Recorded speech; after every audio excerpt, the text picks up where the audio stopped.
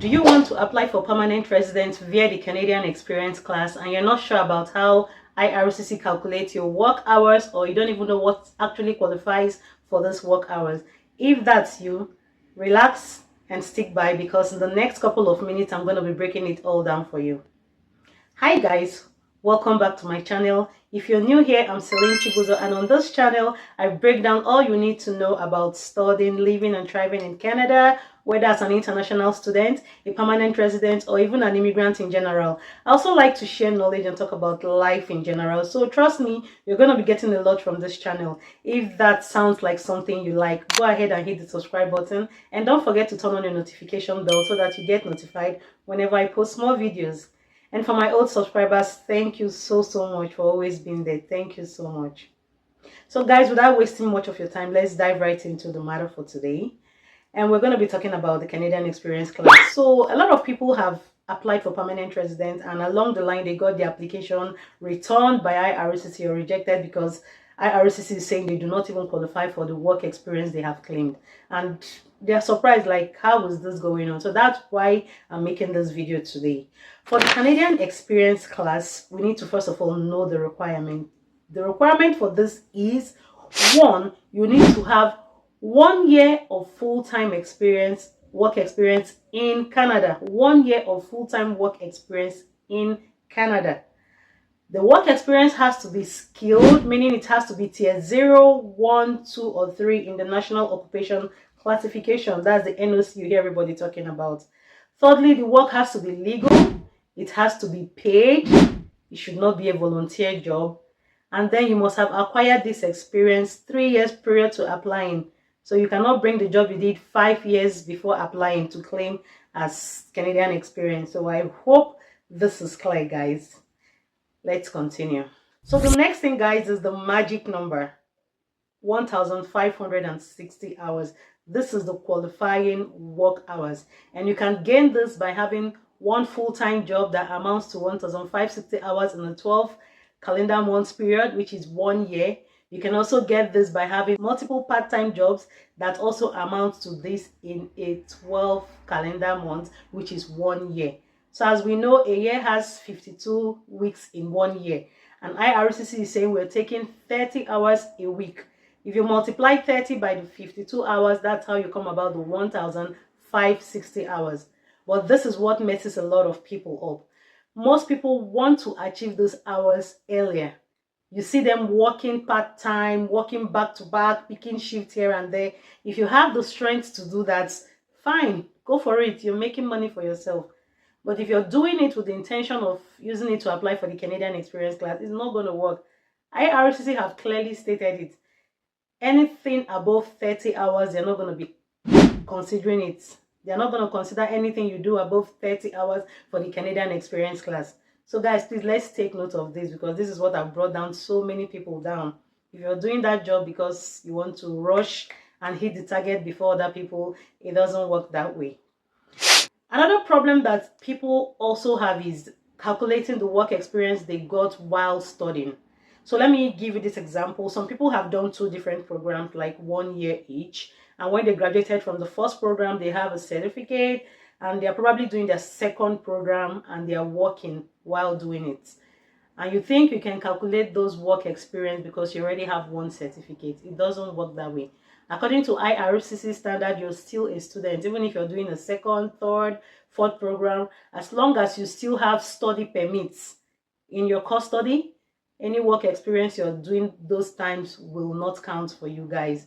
So the only work experience that will count is the work experience you do once you get your completion letter from your school and you go ahead to apply for your PGWP, your post-graduation work permit. Once you've applied for that, that means you're telling IRCC, I'm done with my school, I'm changing my status as of today from being a student to worker. Even if your PGWP is still processing, of course, they will give you an implied status letter saying you can continue working until the decision is made, okay, or until the letter expires, whichever comes first. So this is one thing you guys should also take in mind, because a lot of people have been having challenges on this one. Then another thing I want to talk about, guys, is self-employed work.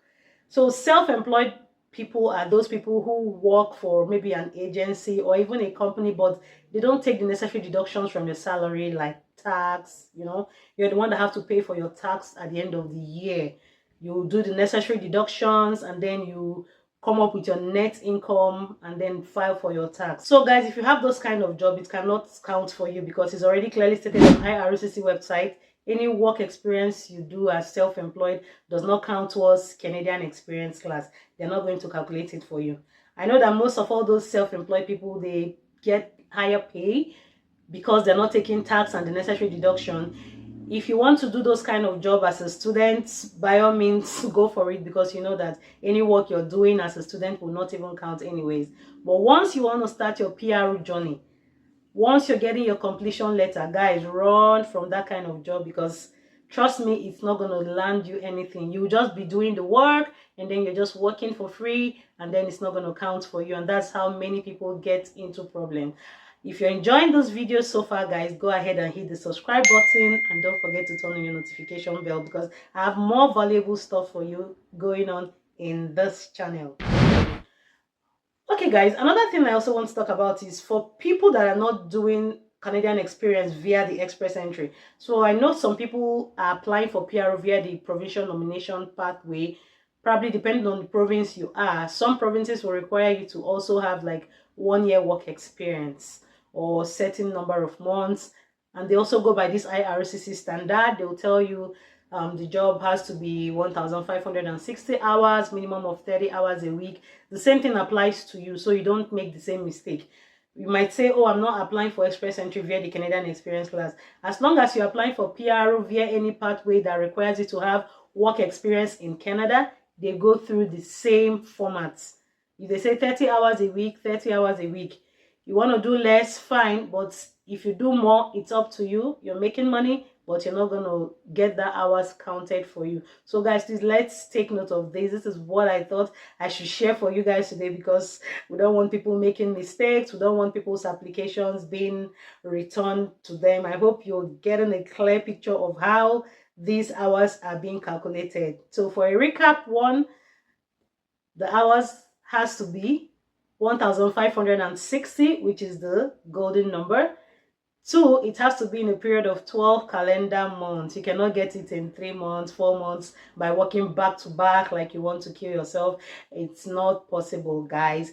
2, this work experience has to be at least within the last 3 years prior to you applying for PR via the Canadian experience class. And another takeaway is that even if you're applying through PMP in any of the province, as long as the pathway requires you to have work experience in Canada, they go through the same format. If it's 30 hours a week minimum, it has to be 30 hours. And also know that even if you have a part-time job, you're not left out. You can also do 1 or 2 part-time jobs, as long as they also amount to 1,560 hours within a 12 calendar month period. I hope this video was very informative.